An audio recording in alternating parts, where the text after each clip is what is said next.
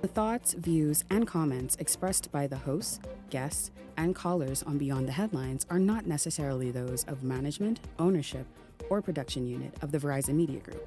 Beyond the Headlines is a production of ILTV Studios and cannot be reproduced or represented in part or entirety without express written permission of the Verizon Media Group. Beyond the Headlines is the intellectual property of the Verizon Media Group. Copyright 2021.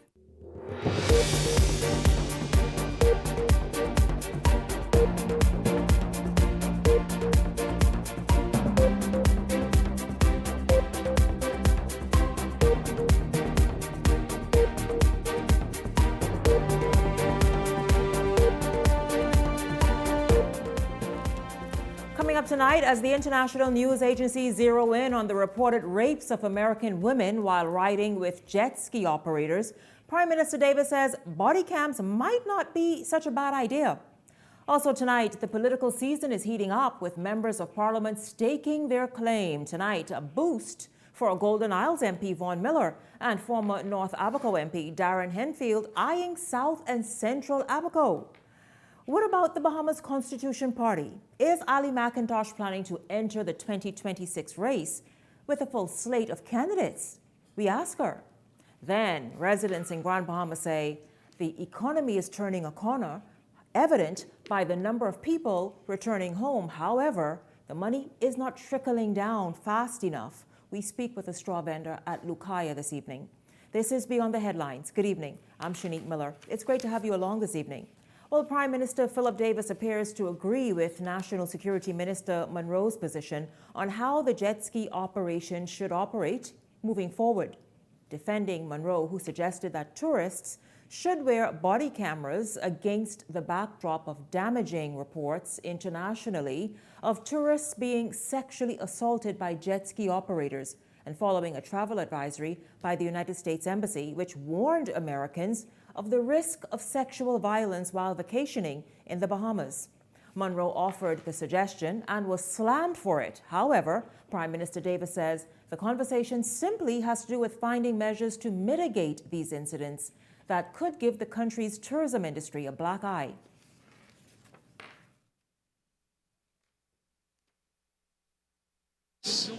To prevent incidents like that from happening. The incident has been complained of. We are now exploring what all tools that might be available to prevent those issues. So, for example, most of those alleged incidents have occurred. Most of those incidents have occurred where the operator was not licensed, was not operating, or was not legal, and of course the bad actors that are perpetrating these events. So we are looking at all the options to prevent these things from happening and occurring again. Body cam might be an answer. Maybe not on the tourists. Maybe on the operator, the jet ski operator. Maybe he should have a body cam. But what I'm saying is that the discussion is being held amongst the stakeholders and law enforcement agencies to determine what other initiatives that could be implemented to avoid events as what we've been hearing. And so we begin right there this evening. Should tourists or even the jet ski operators themselves be armed with body cameras? I mean, the question is, how many police officers have them? Do all the police officers have them? But it's a legitimate question, though. It's a legitimate question, and also quite something that you can't easily dismiss based on what's been happening. We know that this month alone, I think there have been 2 alleged sexual assaults. Last year, there were about 4. The U.S. Embassy, in the space of a month, has sent out 2 warnings, warning American women in particular about using the jet ski and the jet skis once they are here visiting. And so it's something that can be really, really just damaging for that industry, for the tourism industry, for people traveling here. If you've seen the international reports where Americans are being encouraged to, like, listen, save your coins, I mean, look elsewhere. Yes. And so it's quite, I guess, a very strong effort has to be shown to be being made by this government, by the Ministry of Tourism, to keep American women safe. Well, we're going to start right there this evening. Welcome to Beyond the Headlines. Our contributors, Ali McIntosh and Glenroy Pratt. Good evening to both of you. Welcome to the show. Good evening, and it's good to be here. Good evening, Bahamas. Ali and Glenroy, I'd like to know your thoughts on this. People slammed Wayne Monroe when he suggested it, because it's like, what do you mean put them in body cams? Like what is that about? But then I'm sure you all have seen the CNN reports and all the other reports that's been shared around the world. Then you pause and say, boy, wait a minute. I mean, what should be done? Yeah, it's very interesting. I mean, we always have a knee-jerk reaction to these scenarios when the harm is being dropped on us as a country. The unfortunate reality is there are some instances that people find themselves in situations that they ought not to find themselves in, and it's not their fault. And unfortunately, we have some unscrupulous people who are operating such, jet skis. But also the suggestion that the tourists themselves should be the only ones wearing the body cam is a little bit ludicrous in a sense, because obviously it should be both. The original recommendation should be that both individuals can wear it, because obviously the assumption is that the jet ski operators are always up to no good if only the tourists have to wear the actual camera. So I think in these instances, both should be wearing it to protect themselves. And we just can't always assume that whenever a statement is being made or an allegation is being thrusted at us as a people as well, that it's all entirely correct. There are some instances, I'll use a word that has been floating around these last couple of days, entrapment scenarios that transpires as well. Ali, I know it's been a while, but... Yes, it's good to be here. Glenroy, your point is very well taken. I do believe everybody should think about their own safety, not only their own safety, but their own integrity in regards to what it is they do. So body cameras, they've asked police to wear them. The jet ski operators or those who are licensed should wear a body cam. And as they indicated that most of this activity is by people who are not licensed, obviously, how do you man people who are not in the system? Mm-hmm. So that becomes the issue right there. They're on the fringes, they're on the edges. You can't mandate what they do because you don't know that they're doing what they should not be doing. And so that becomes an issue. So persons, tourists coming to the Bahamas should consider their own safety as to how they should protect themselves. And if a camera on them at all times would help that, then by all means, let it be done. So then they should feel no invasion of privacy to have that camera on them once they board or get on a jet ski then? I don't think so. I don't think invasion of privacy, when we are thinking about the protection of your life, when you get on a jet ski out on the shore and go out half a mile onto the sea, you are taking your life obviously in your own hand or in the hands of the person who's driving the jet ski. So there's no such invasion of privacy. If I paid you my money, I'm going out, I want to make sure that I go out and I come back safely. And that should be the important thing. So the invasion of privacy thing should be a non-issue. Now, have you all seen the international news reports? Quite damning, discouraging people from even vacationing here in this nation. What needs to be done? We've heard from the Minister of National Security, the Prime Minister alluded to it, I think the Ministry of Tourism as well, talking about the fact that, listen, largely the people or the guys committing these heinous alleged crimes are not officially a part of the jet ski industry. Well, how do you weed these bad apples out? How do you even police this industry to ensure that somebody who is really up to no good or has no control, has not perhaps gone through whatever the training is not a part of the Jet Ski Association to understand the rules and guidelines of the industry, is not jumping on a jet ski and taking visitors out? Well, for one, when these individuals appear on the shores, right, there should be some kind of recognition that they are easily identifiable. All the actual legalized operators should have some type of marking, whether they have some type of sticker or something of the sort to indicate that they are legit. The other thing is, obviously, they have a part to play in this as well. If they see quite a few individuals on the shoreline or even in the waters that are around soliciting customers, and they know that they're not legitimate, they should actually raise the flag. But the fact is as well, who will they raise this flag to? Because if you don't have the individuals who's going to be able to manning this operation, ensuring that there is safety all around, and there is no kind of guardrails in a sense, then what's the point? You can point out as many individuals as possible, but the reality is who's going to go and get them and ensure that they're not soliciting customers, creating this type of scenarios. Yeah, Glenroy is right when we're talking about regulators. You know, we talk about Uncle Sam in the case of the United States, and the reason is that there is always someone watching the someone who's supposed to be doing the watching. Yeah. Yep. And so when you look at it like that, we have to put more guardrails in place to be able to man the industry. So if there are people who are out there, as Glenroy said, if people are watching, there should be people, regulators, always watching what is happening. And there should be even people who, from time to time, regulate the regulators.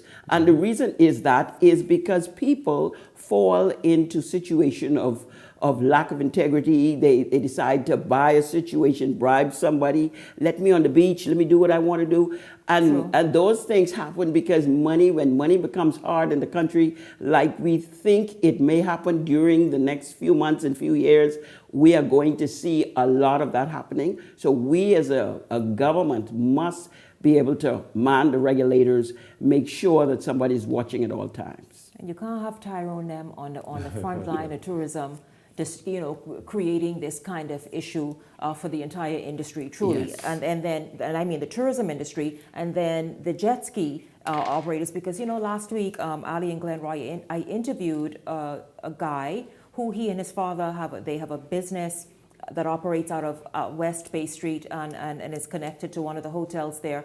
And he seems very above board, taking his job seriously. He and his father have formed a company, a water sports company. So there are people who are doing it the right way and who are serious about it and happy to be a part of it. And then there are the others.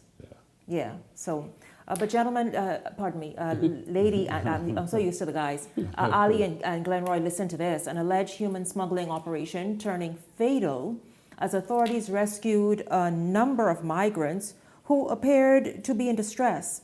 But as for the others on board, their location remains unknown tonight. Linton Ritchie Jr. picks up the story from here. 1 dead, 5 missing and presumed dead, and 4 others pulled from the sea. That's the grim aftermath of what international authorities are calling a human smuggling operation gone wrong. The group reportedly left Bimini, hoping to make it to American shores, but their journey ended in tragedy Sunday morning, about 29 miles off of St. Lucie Inlet. A Good Samaritan spotted the survivors and called for help. U.S. Coast Guard crews found 2 people clinging to the capsized 25-foot vessel. 2 others were floating nearby. Video released by the U.S. Coast Guard shows the moment Air Station Miami crews hoisted survivors to safety before taking them to Stewart Airport for medical attention. Royal Bahamas Defense Force Commodore Raymond King calling this a familiar and deadly pattern. It's a perilous journey, and one where the success is very, very small. So it's not really worth risking one's life. King says the RBDF remains laser-focused on disrupting these operations. In the Windward Passage, north of the Republic of Haiti, along the old Bahama Channel, which is not along the coast of Cuba, and in the southwestern Bahamas, which includes the Great Bahama Bank and the Florida Straits. Still, in an update Monday, authorities confirmed the search for the 5 missing has been suspended, calling the decision difficult and never taken lightly. King adding it's the smugglers who bear the blame, knowing the risk and preying on the vulnerable. The loss of life is something that we all take seriously because the benefits is minimal. Despite the latest fatalities, officials say they're seeing more success in intercepting illegal voyages and vow to stay vigilant. Linton Ritchie Jr., Eyewitness News. It is quite troubling, you all. We obviously, we heard from the Commodore of the Royal Bahamas Defense Force, more than likely Haitians, Several of them still missing. A handful were rescued. Human smuggling, again, it's come knocking its ugly head at the doors of the Bahamas. And it's something that we have had to defend. We have taken steps to try and mitigate against. But obviously, people kind of make their way through.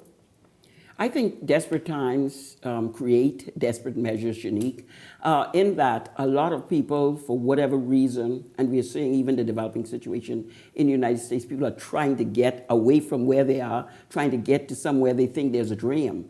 And so that causes people to go forward. And when they have money, possibly money to buy a new dream, there is always gangsters and gangsters who are prepared to say, let's do it. Some look legitimate, and you would think that they are wonderful people, law-abiding citizens, when in fact they are prepared to cause people to risk their life on the sea in a 25-foot boat in order to get to a dream. I mean, if you look at it, no dreams come that way.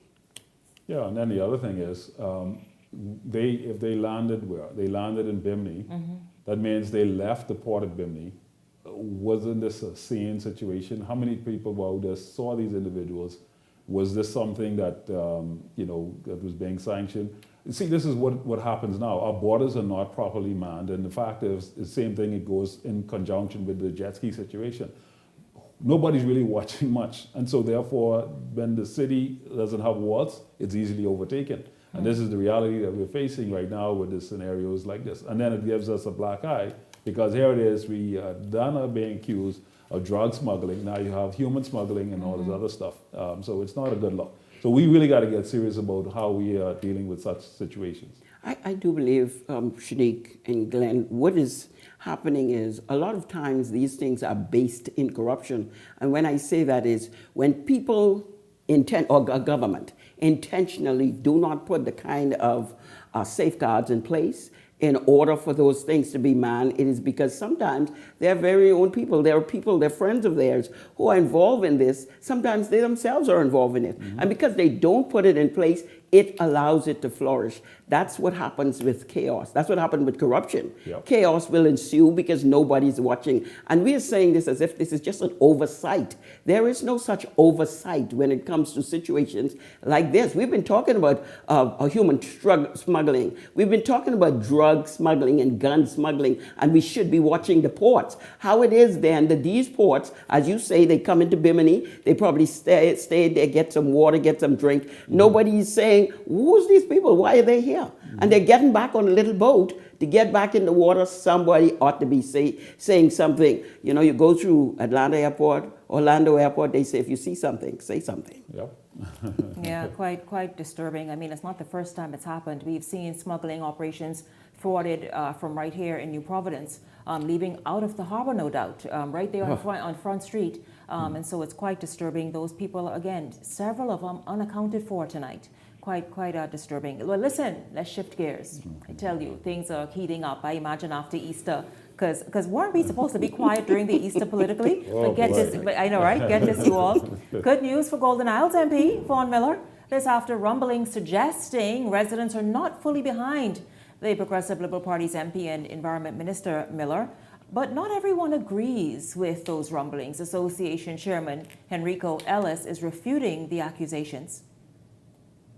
There's been a lot of negative commentary in the media in reference to his performance within the community and a minister at the whole. While I cannot speak directly for the minister, I can overwhelmingly, share information in terms of the Progressive Liberal Party's branch within the Golden Isles constituency support of the Member of Parliament. He's been doing a yeoman's job constantly on the ground, cleaning initiatives within the community, helping young persons with programs such as the STEM program that was most recently rolled out, which was a huge success. There are a number of things that he's doing within the community. A lot of things that is being done by the Member of Parliament is not necessarily broadcast to the social media, it's not necessarily broadcast in the newspapers. But on a daily basis, if you pass the constituency office, that office is open up from 10 a.m. to 6 p.m. daily. And on a regular basis, notwithstanding the member of parliament having to travel, he sees constituents and hears their concerns. Some persons may feel that, they have not felt the impact, but I can assure you the member of parliament is constantly on the ground going door to door. And most recently, we have a lot of the constituents giving, a fair analysis. It's unfortunate that the small few, because of their special interests, would lambaste the member of parliament and indicate or put out to the masses that he's not doing a superior job. But we in the Progressive Liberal Party branch of the Golden Isles constituency, we beg to differ and unwaveringly putting our support behind the member of parliament. He has much more work to do. We are in full support of him. And we invite persons to come out, and join our community, come out and share their concerns so that they can get resolved. A lot of persons are making commentary from the outside, but it's not necessarily reflective of the real work that he's doing. Well, there you have it. Ellis says that much of the minister's work has been positive for constituents and that the accusations may stem from a small collective within Golden Isles.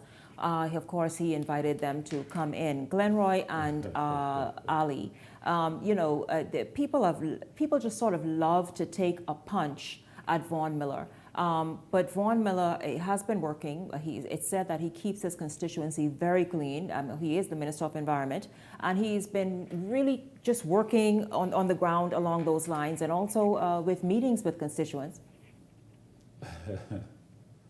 Yeah. You lived in there. I live in Golden Isles, okay. and I can say that the good brother, Mr. Ellis, is actually probably the minister himself.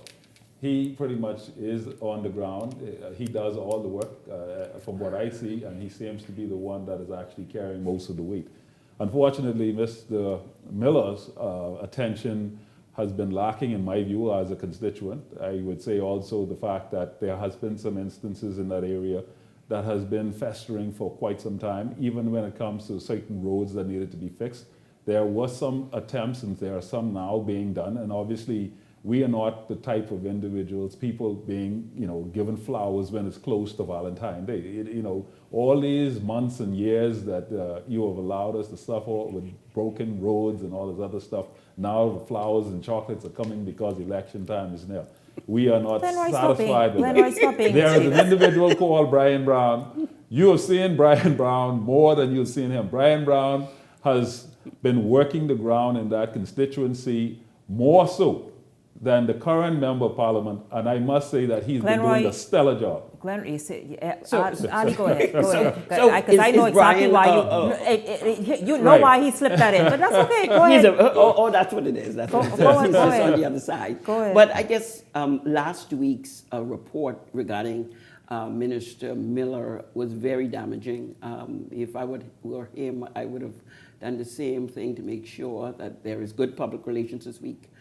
So that those people who do not know of my good work be told regarding, and so we thank the chairman, I guess, for coming forth and defending Mr. Miller's or Minister Miller's reputation. I do not live in Golden Isles, so I cannot speak as a constituent, but I do believe that he would have needed to do damage control regarding last week's reports. Actually, I didn't even see the report last week. Oh, they were terrible.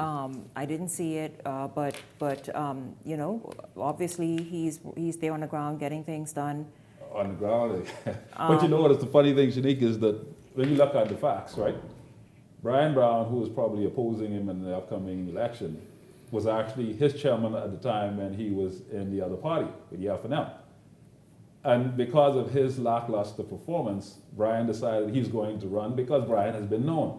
Now, I suspect at some point Mr. Ellis is going to run because he is known.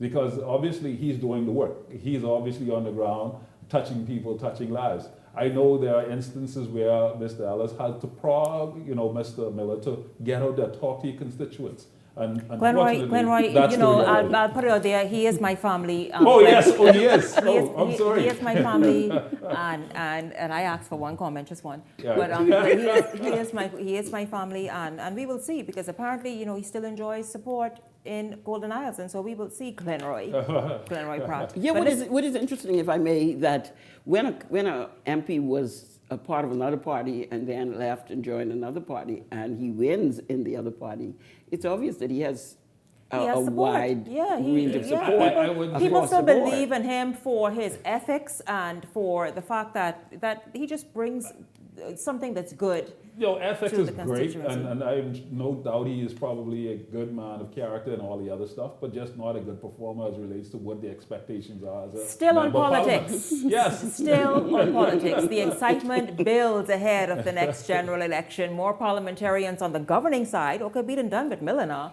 Let's move on. On the governing side, making it known that they intend to throw their hat in the ring ahead of the next general election. This time it's Member of Parliament Clay Sweeting, that is Central and South Eleuthera, who is also defending his work since being elected almost 4 years ago. Sweeting is making a case for himself, as he says his track record speaks for itself. Of course, I'm offering myself, and I think that when you look at the record in Central and South Eleuthera alone, today speaks to that. You have a amount of foreign direct investment in Central and South Eleuthera. When you look at each community, the capital works, the way that this island is transformed after 30 to 40 years of economic depression speaks to not just my record, but the record of the Progressive Liberal Party, the Prime Minister, the Deputy Prime Minister with investment. So, we got a lot of work to do, but we're happy to see that we have the multifunctional healthcare facility coming out the ground, 163 miles of roads being paved, brand new airport at Governor's Harbor, brand new dock in Tarpon Bay, a brand new dock in James Sistant, BTVI in Greencastle. So when you look at every community, it's been touched during my tenure as Member of Parliament. Eleuthera's utilities. I wish we could have. I'll tell you, we have to pick up this discussion tomorrow evening because Clay Sweeting lists out a whole list of stuff that he's done, and he reminds you. I mean, BTVI in Greencastle, for example. Darren Henfield is looking at Central and South Abaco, of course, throwing his hat in that race after representing North Abaco a few years back. And so it's a whole lot to get to. Of course, we are so out of time. Glenroy, but do you know that the lady on this panel, she herself is the leader of a political organization. What are your thoughts about the BCP? The BCP? That's the Bahamas Constitution Party. Correct, yes, indeed. That's led by senior Miss Ali McIntosh. Obviously, she has been around for quite some time, lending her voice to the issues that affect the Bahamian people. And because of the fact that she's been consistent and always being out there, she should be looked at, because obviously anybody who offers themselves obviously have something to offer. And so sometimes we just have to analyze to see if that offering is aligned with what it is our expectations are, and then we make our decisions based on the same. You need to give this man a Thank nomination. you. I am going to hire him. You need to give this man a nomination. Beyond the Headlines Thank you very much. Right after this. Stay close.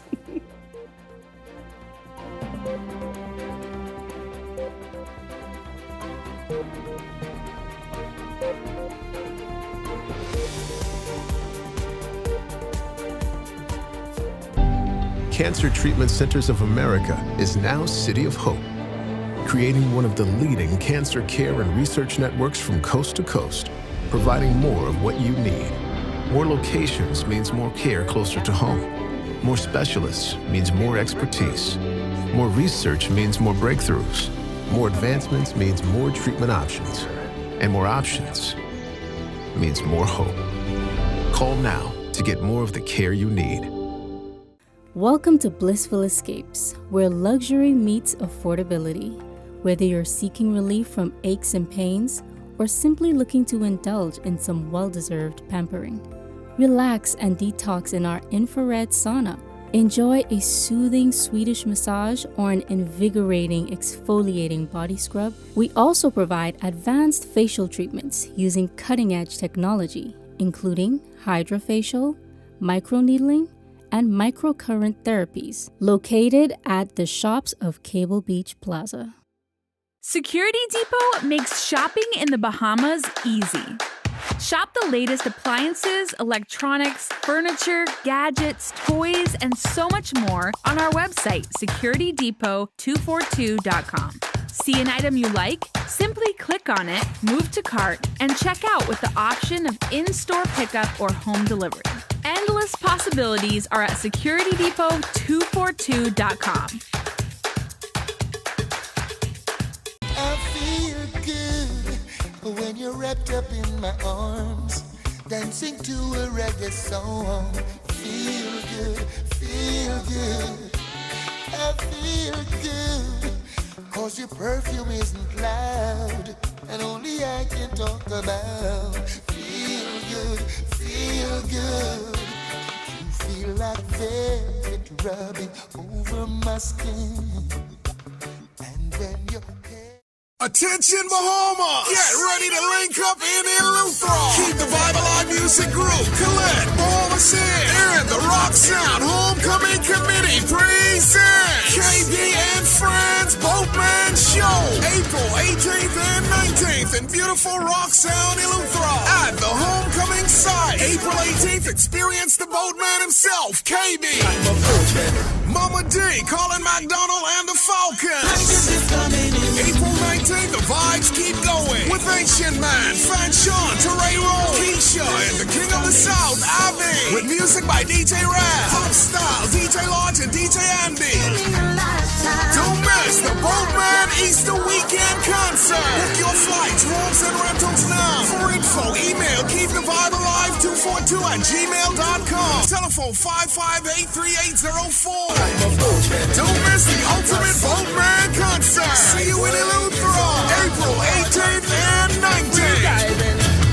Keep the Vibe Alive Music Group presents the Legends of Rake and Spray. Get ready for the biggest names in Bahamian music live on stage. KB, Funky D, Chino D, D-Ma, Sweet Emily, Simeon Alton, Veronica Bishop, and more like the Singing Bishop. Mark your calendars for Saturday, May 10th at the Farm, Marshall Road. Gates open at 6 p.m. General admission 80, VIP 120. Tickets available at Missouri, Bungie Brand at the Beauty Shack, both locations. Skyboxes and Sky Pod. Call ESC Distributors at 394-0819. Or email keepthevibealive242@gmail.com. Saturday, May 10th, come by boat and play and experience the Legends of Rake and Scrape. Brought to you by Keep the Vibe Alive Music Group, BSC Distributors, Missouri, The Plug, The Beauty Shack, Bahama Sin, Bookie Brand, and Caribbean Wines and Spirits. If you enjoy watching Beyond the Headlines, take advantage of our exclusive offers with 4 15-minute interview segments at $1,200 and 20 30-second TV ads at $2,000. Contact 557-0258 or 557-0259 for more information. Go beyond with Beyond the Headlines. This segment of Beyond the Headlines is brought to you by the Legends of Rake and Scrape, May 10th at the Farm, Marshall Road.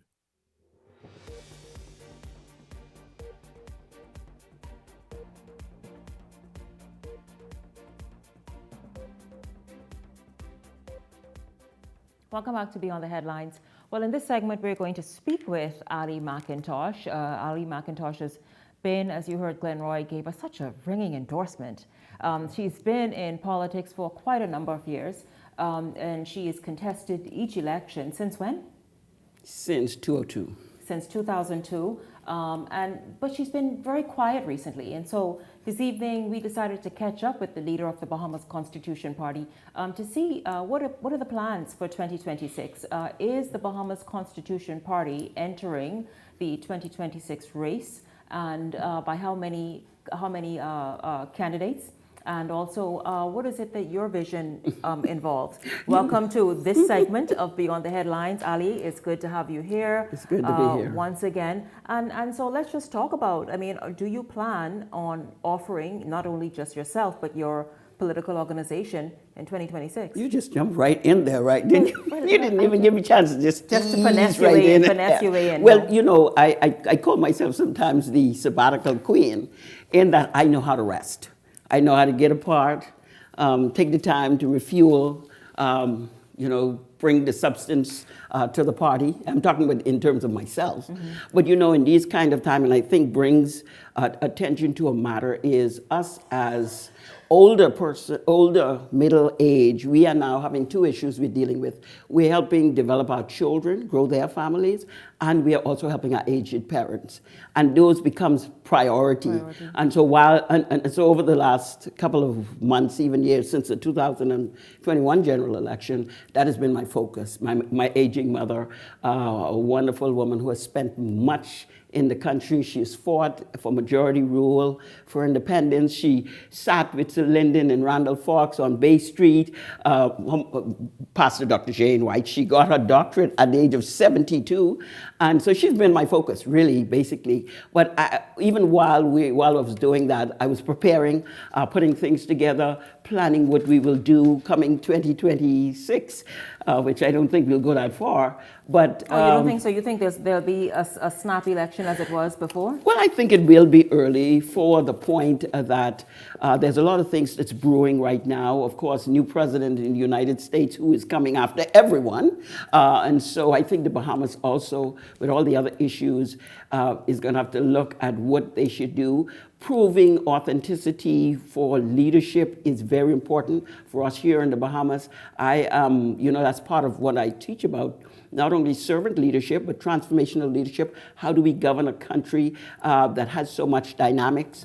And so we've been planning for that. We have been building for that. We are getting ready to launch. But over the next few months, and I'm saying that like 8 to 10 weeks, we will be doing what we call pre-launch activity, which is going to show our capacity to govern the whole man, to minister to the whole man whilst we are governing. Because national policy or politics isn't the only thing that's needed to govern a nation. We think about how we train people, how we bring the capacity of all talents to come forward, how we look at people's health, and how that should be managed. There is so many things that we have to think about while we're doing that. And so over the last couple of weeks, months, we've been gathering a team. Over the next few weeks and months, we will have a lot of people engaging activities that brings people to the table for that. One such starts on this coming Easter Monday. We have a talent search coming up later in June, where we are just trying to find some people who have talent, whether they can sing, whether they do comedy, whether they do that spoken word kind of thing. So you're trying to pull a Trump. You're trying to get people first engaged by what? Just easing in with them and creating Well, some people don't enjoyment. always want that politics thrust in your face. Give me $20 because I'm campaigning. They want to be engaged. People rather come and spend their money and do something with you, and rather than just having politics thrust in their face. When we finish the politicking, we have to govern. Governing means all the people, every party. So if the BCP win, we have to govern PLP, FNM, COI, BCP. We can't just govern the people who voted for us. And so we're just showing that there is another way to do things. Of course, as you know, I'm the only woman leader in this race. And so we're going to show how we do it. We wanted to be one of the last to come out. You know us women, we come out, we want everybody to see our dress. Because we are coming out, making sure everything is quite in order. I wish to say that, women govern by order, mostly men by power. And so when organization led by women, it's going to be based on how do we put things in place? How do we put order in place? And that is what the Bahamas Constitution Party is about. For the past 25 years, we have not changed our objectives. We have always been about several things that has been very key to the BCP, which is the point that this nation is a Christian nation, and that should be kept before us. We have always wanted what the founders intended would be what we should be bringing before the nation. When we've gone far from what the founders intended, then that is what we see now. We are not anything like what the founders really wanted, because the diatribe and the negativity in regards to the leadership of each of the parties. We see the FNM coming apart. They have crevices and fault lines and all kind of things going on. They're still going to have an earthquake. The PLP is having the same thing, only thing the PLP is better at covering it. They have good public relations, so they're better at covering it. But we have always been about how do we bring those You things have that are nothing to say about the necessary. third political party? Go ahead, you running for something. Why you want to break my thing? But the Constitution was always the rule of law. How do we keep order within the country? We can always go back. When you see how she escaped, but go ahead. No, but we can always go back. Our fourth objective is that integrity, more noble than expediency, is never negotiable. That has been our objective from day one. And the reason we continue after this amount of time is because we see that integrity has become negotiable. Everybody has a price. People have decided, this party is not getting me elected, I'm going to go to another party. They go to that party, they're not getting elected, then they go to a third party. The fact is we've been consistent for the point that the Bahamas need what was originally intended to create the nation, and the values that were put forward, self-discipline, industry, loyalty, unity, and abiding respect for Christian values and the rule of law is still valid, and that's why the Bahamas Constitution Party continues to come forward, and Ali McIntosh continues to bring forward that as per the founder's intent. So you say that you've been honing in on this message for the last 25 years, but how do you plan on modernizing it to make it appealing and attractive to the voter out there, the first-time voter, the millennial voter, the mature voter, listen, you have what it takes now in this Bahamas. That's changing. While, yeah, I agree, you get back to the foundation of what once defined us, but it has to be sort of a good, energetic, just a sexy movement. I will tell you that the first person who called me wanting to be a candidate was a 23-year-old man who said, I looked at the organization, I read your website, and I said, I want to be a part of this organization because it's a Christian organization. Now, I met with him as soon as I could because I'm like, if a 23-year-old man is going to call me to be a candidate, it means obviously at that age you can see the value. I told somebody the other day, they said, is it valid? The BCP is still valid? Guess what I said to them? I can see my sons. I can see my sons and daughters that has been created from the conversation, from the birth of the BCP from 1998. Some of them are 25 and 26 and 29. And sometimes I'm just blown away when I see these young men still have, or not still, they are producing, it's not like reproducing. A generation always reproduces itself. And they are coming with the desire to serve the nation just as I did when I was 32 and I was 35. And so that is the regeneration of what the BCP is bringing to the nation. I was always of the opinion that I would just come to the point to bring the next generation. And then the next generation is going to carry this on. Every nation has a Constitution Party. I know people don't know that. They don't ever win. But they are there to bring that kind of knowledge of what should be before the nation. Yeah. And if I could, the 3 points that I think that has always been paramount, which was the national debt, which was the Chinese invasion and the Haitian overrun, those are 3 matters that is right on the table now. We see it in the nation. The national debt still out of control. The Chinese have bought shops all over the ghetto, all over Carmichael Road and Blue Hill Road and East Street. And we have So you plan on quieting the Chinese down? Well, we have been talking about it for 25 years. I'm thinking yeah, that... because I mean, how can Ali McIntosh and the BCP do it when no other political organization in government has been able to do it? Well, they have allowed it to happen. They have allowed it to happen. They want it to happen. They have sowed seeds so it can happen, and that is what's happening. And so, you know, we are going to be able at least to bring some clarity to it. If we abide by the law, we may be able to bring some clarity. Are you running a full slate? Yes, I am running as many candidates as we secure based on the amount of time that we get before election. Well, Ali, now is the time. You quiet. Everybody else out there but let me tell you something.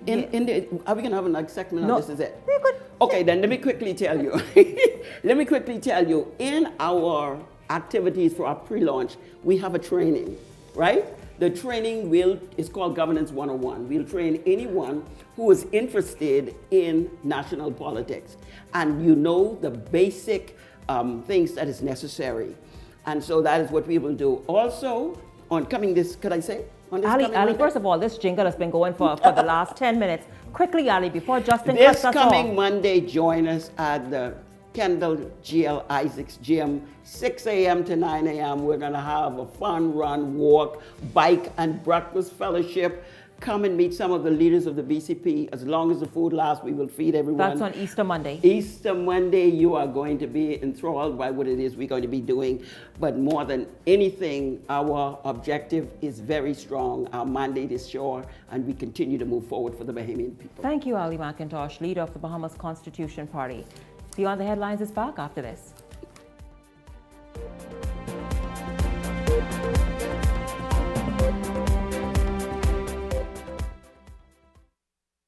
At the Water and Sewage Corporation, safety and convenience are our top priorities. However, our meter readers face challenges that can make their job difficult. Locked gates to guard dogs sometimes leads to missed readings and estimated bills, which can be frustrating for you and us. That's why we're upgrading to digital meters. They bring safety, accuracy, and convenience to homes across the Bahamas. We can streamline data collection, reduce on-site visits, and provide more accurate bills with no more estimates. Digital meters also help detect leaks early, saving you from costly bills and reducing water waste. Soon, a user-friendly app will let you track your water usage, manage bills, and stay informed, all at your fingertips. Over the next year, we're rolling out digital meters nationwide, transforming how we serve you with a safer and cost-efficient water supply. To learn about our digital meters, visit our website or call us today. And don't forget to update your information at any of our locations. Do you ever just want more? But wait, there's Marco's! Introducing the More Marco's menu, packed with your favorites starting at just $6. Like our warm, golden baked cheesy bread, crispy stuffed risotto. How about a hot, fresh, medium one-topping pizza? Subs, calzones, pizza bowls, and more. Starting at just $6. Certain restrictions apply. More variety, more value, more Marco's! Order today at Marco's Pizza, Bahamas. The internet isn't just for surfing. There's a sea of shoppers buying online, and you can connect with them on Tingsy.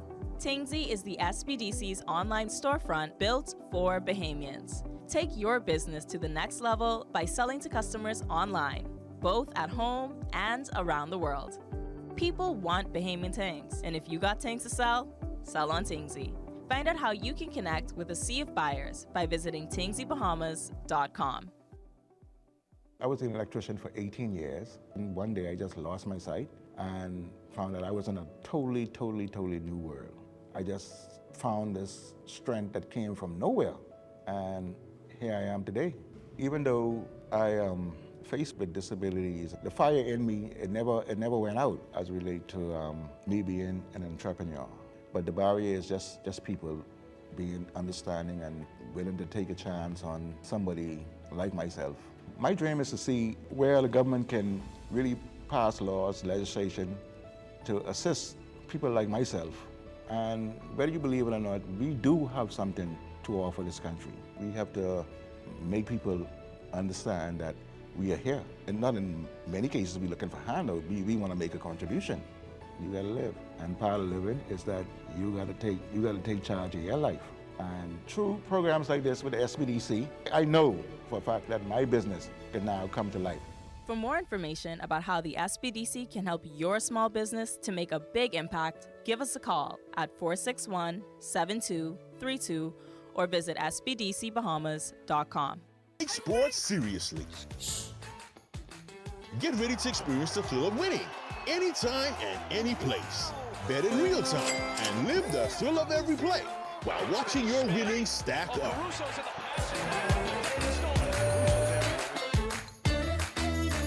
It's your chance to score big with fast payouts and a world-class experience. Get in the game and bet the Bahamian way with Island Luck Sportsbook.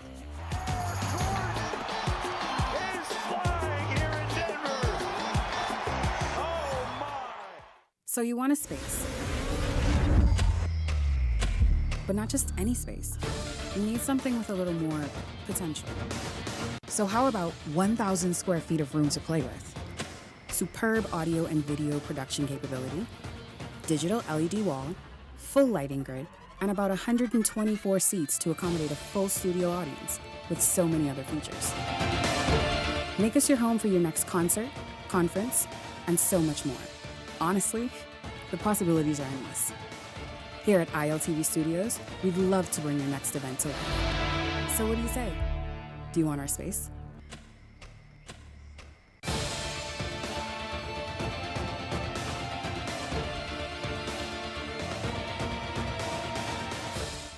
If you enjoy watching Beyond the Headlines, take advantage of our exclusive offers with 4 15-minute interview segments at $1,200 and 20 30-second TV ads at $2,000. Contact 557-0258 or 557-0259 for more information. Go beyond with Beyond the Headlines. This segment of Beyond the Headlines is brought to you by EV Motors. Drive the future with brand new 2024 electric vehicles. EV Motors, powering your journey.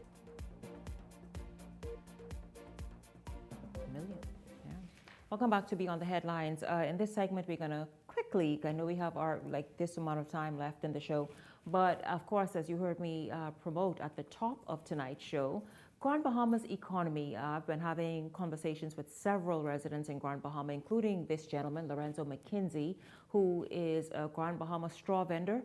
He works out of the Lucaya. And he is optimistic, like many people in Grand Bahama now, about how the wheels are turning in the Grand Bahama economy. Hello to you, Lorenzo. Welcome to Beyond the Headlines. It's good to have you here.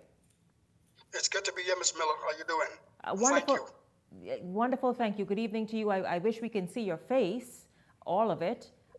Excellent. Yes, that's. Can you hear me? Yes, I can hear you. Okay, good.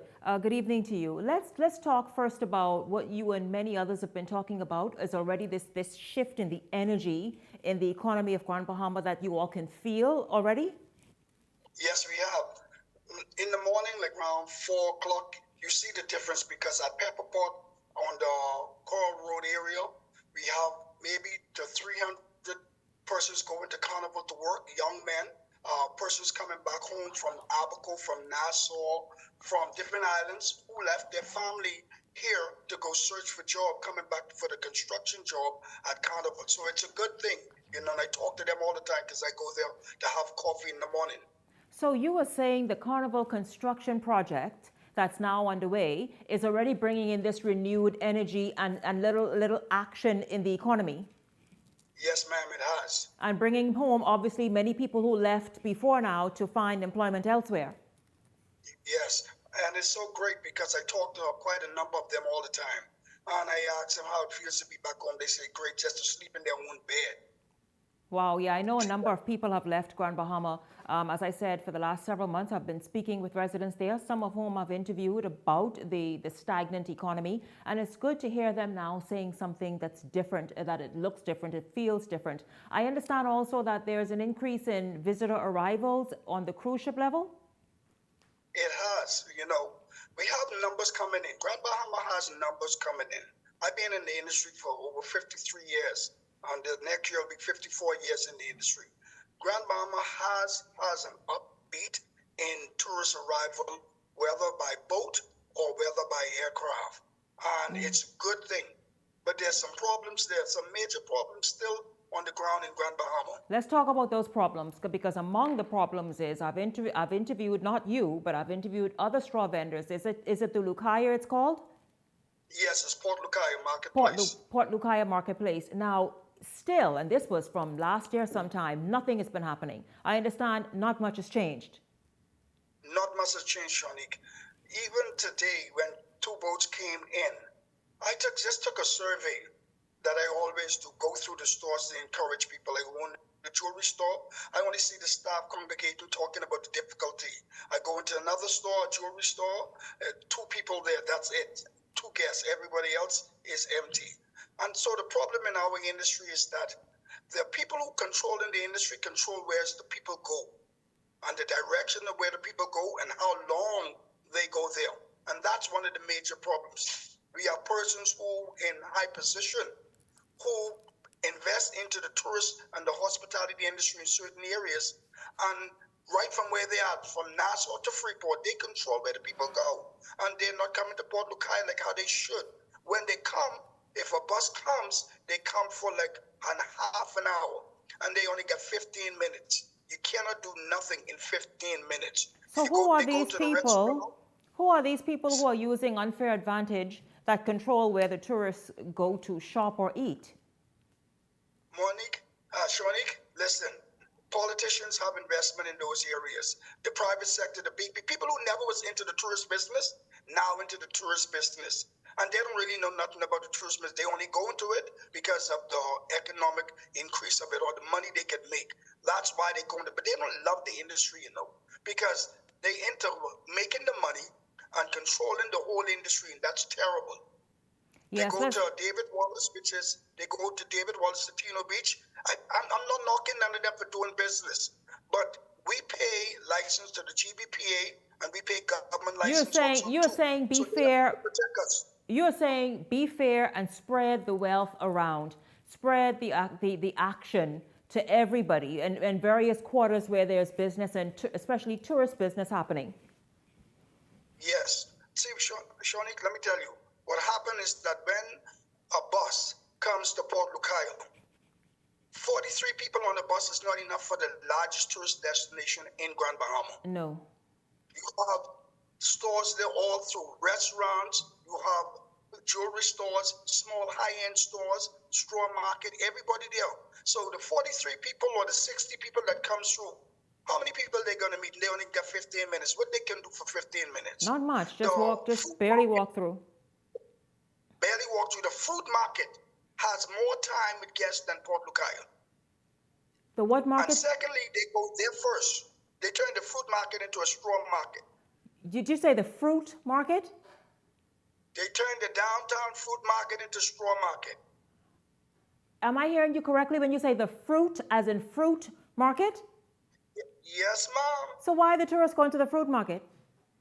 They stop there to get their fruits at the shop. And they spend more time there. And when they come to Lucayo, what they could do? Jump in and jump out. And you're saying they're intentionally being directed there to go buy fruits instead of come and go to the tourist areas? They go there first on every tour. I guess they probably have some unique and wonderful, authentic Bahamian artifacts besides the fruit. That's all I can say. How much would you say vendors in your area make on a weekly basis? Shonique, $100 to $150, if it's that. There are many days we go up there and we don't make $1, I heard. Many days. And sometimes, like when I travel, sometimes people ask me, how's Port Lucayo? And I tell them it's still the same. People don't understand that. They think you just trying to make a government or make an organization or company look bad. No. We sit there from sometimes 6 in the morning till 5 to 7 trying to make $1. Yes. And when we give up and go home and come back the next day. I think they should change how they do things. The system is terrible. Change the system and it'll be better for us. We have so much new shops, new markets building in Grand Bahama all over. And we don't have enough business now. And certainly, Mr. McKenzie, visitors are not going to Grand Bahama or any destination for fruit. I mean, unless you must have got some sugar apple and stuff that's authentically Bahamian, they are not going for what they could pick up in the store anywhere else. They want to visit a destination to be able to get T-shirts and straw work and all the rest of that. So certainly, I mean, who is in charge of the Grand Bahama tourism product? Who directs this thing? Well, you'll never find that out. I tell you. Well, you know what? We'll check up on you. It's good to hear, though, that things are happening, hopefully with the Carnival and cruise port and many other opportunities that are availing themselves in Grand Bahama. Hopefully, things will begin sort of trickling down in your area.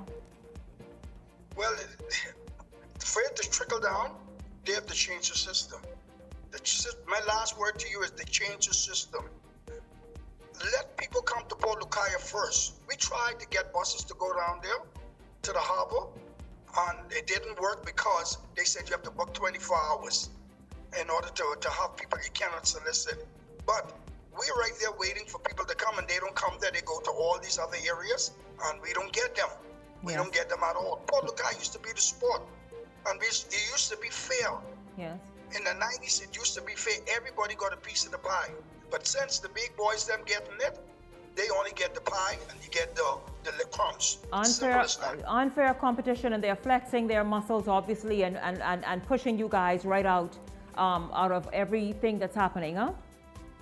Yes, ma'am. Well, let's catch up, sir. Let's catch up and see how this looks in a few months' time, to be able to see if things have changed there in Grand Bahama. Everybody deserves a piece of the pie. Everyone in Grand Bahama, including right there at Port Lucaya Straw Market. Thank you once again, Lorenzo McKenzie, a straw vendor at the Port Lucaya Straw Market. Thank you. And also thanks to my guests this evening, Hot Topics panelists, Ali McIntosh, Glenroy Pratt, and of course catching up with Ali in the second quarter, in the second segment of tonight's show about the BCP. And as you heard, a straw vendor from Grand Bahama, Lorenzo McKenzie, talking about the fact that, listen, the economy is looking quite promising and encouraging. However, be fair, spread the wealth, let everybody get a piece of what's happening in Grand Bahama, and stop being hogs and lipstick. Yeah, absolutely. And I want to thank all of you this evening for tuning in. Certainly enjoyed having you along, and look forward to seeing you right back here tomorrow evening. For the entire Beyond the Headlines team, I'm Shanique Miller. Make it a great evening, everyone.